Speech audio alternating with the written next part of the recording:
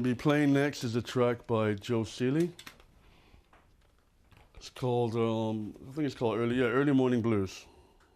Some of the records that would be playing on the dance floor that are from Little Burgundy would be Chili by Joe Seeley, Song for My Father by Joe Seeley, Hurry Down Sunday Blues by Milt Seeley, and Out of Sight, The Hot Tamales by Kenny Hamilton.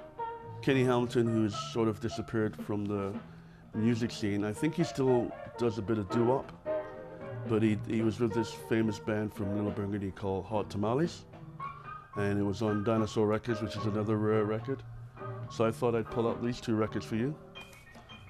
As I mentioned before, Joe Seeley Trio, there used to be this series at CBC called Transcription, and Joe was on it, on this label, and they would have a lot of people on it.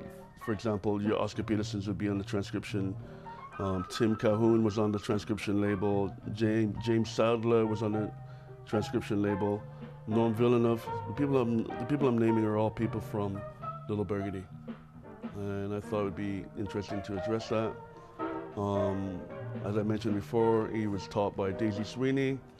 He went to Berklee College, which is now known as one of the best music schools in the world. It's the most famous song in Canada, probably. The most famous song in Canada? Probably. Oscar Peterson's For the Civil Rights Movement. Wow.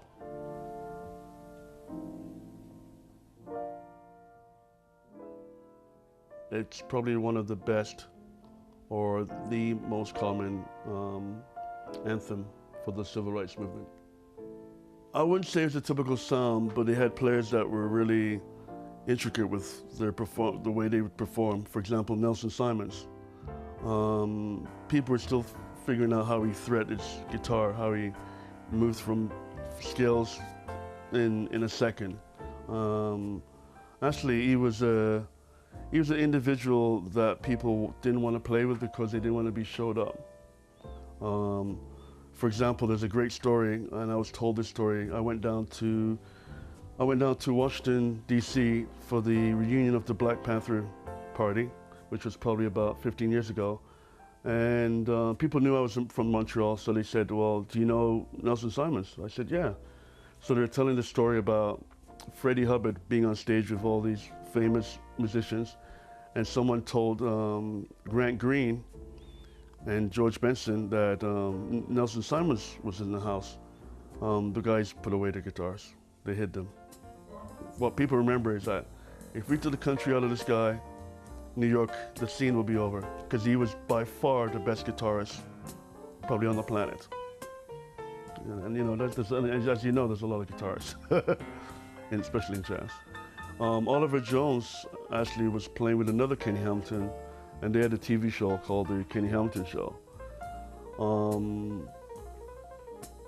I guess Oliver can argue with me about this, but Oliver did not start off as a jazz musician. He was an R&B musician that was working on the ships, and in some ways accidentally fell in his lap.